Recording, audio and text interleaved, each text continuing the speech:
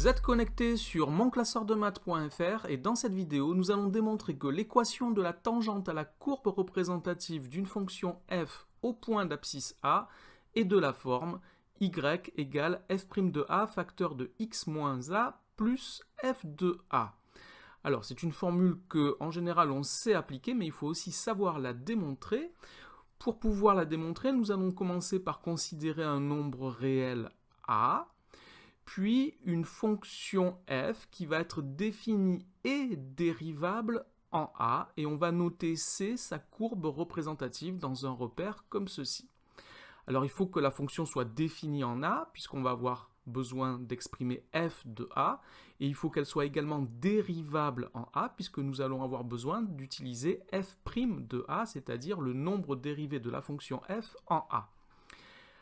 Ensuite, nous allons prendre sur la courbe un point A d'abscisse A. Donc le point A d'abscisse A sur la courbe C.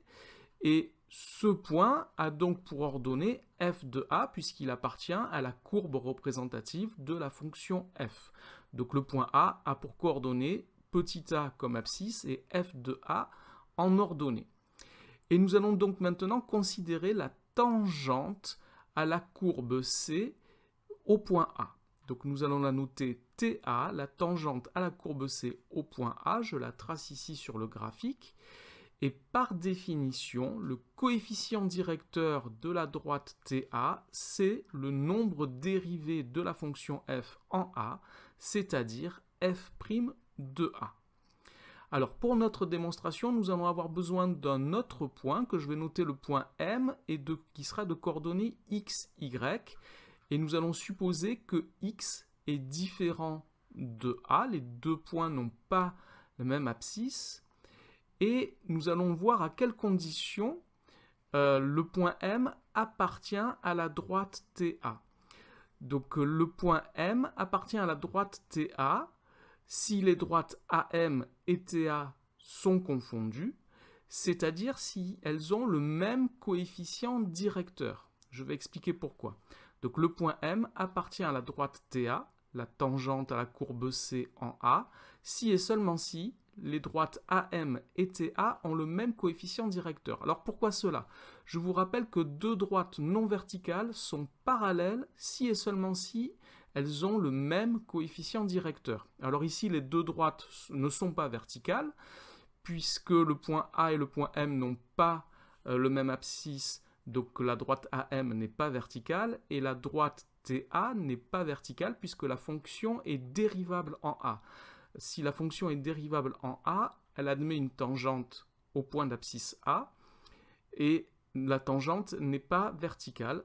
Donc ici, les deux droites ne sont pas verticales et donc elles sont parallèles si et seulement si elles ont le même coefficient directeur. Et en outre, ces deux droites ont un point commun, le point A. La droite AM passe par le point A et la tangente à la courbe au point A passe aussi par le point A. Or, deux droites qui sont parallèles et qui ont un point commun sont confondues. Donc ces deux droites ont un point commun, donc elles sont confondues si et seulement si elles ont le même coefficient directeur. Ce qui signifie bien que le point M appartient à la droite TA si et seulement si les droites AM et TA ont le même coefficient directeur. Alors nous allons voir ce que ça donne maintenant par le calcul. Donc nous allons faire un petit peu de place comme ceci. Donc par le calcul, je vous rappelle comment on calcule le coefficient directeur d'une droite lorsqu'on connaît les coordonnées de deux points de cette droite. Le coefficient directeur d'une droite AB se calcule par exemple par le quotient de YB moins YA sur XB moins XA. Donc nous avons ici la droite AM, donc je peux exprimer le coefficient directeur de la droite AM, et qui doit être égal au coefficient directeur de la droite TA, c'est-à-dire f' de A. Alors je peux remplacer ym et xm par les coordonnées du point M qui sont y et x, et xa, ya, je les remplace par les coordonnées du point A qui sont petit a et f de a. Donc j'obtiens ici le quotient y moins f de a sur x moins a est égal à f' de a. Nous avons dit précédemment que x était différent de a. On peut en déduire que x moins a est non nul. Donc ici le quotient que j'ai écrit, le dénominateur est non nul et je peux donc travailler par équivalence en multipliant les deux membres de l'égalité par x moins a. Donc je peux écrire que cette relation est équivalente à y moins f de a est égal à f' de a facteur de x moins a. Donc j'ai multiplié les deux membres par x moins a dont je suis certain qu'il est non nul. Et maintenant, il suffit d'additionner f de a à chacun des deux membres et j'obtiens l'équation que je cherche, y est égal à f' de a facteur de x moins a plus f de a.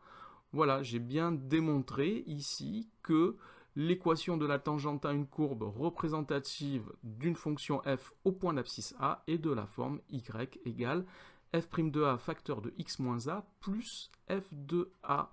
Cette démonstration est maintenant terminée, cette vidéo également. Merci de l'avoir regardée. N'oubliez pas de lui donner un j'aime, de vous abonner à la chaîne. Au revoir.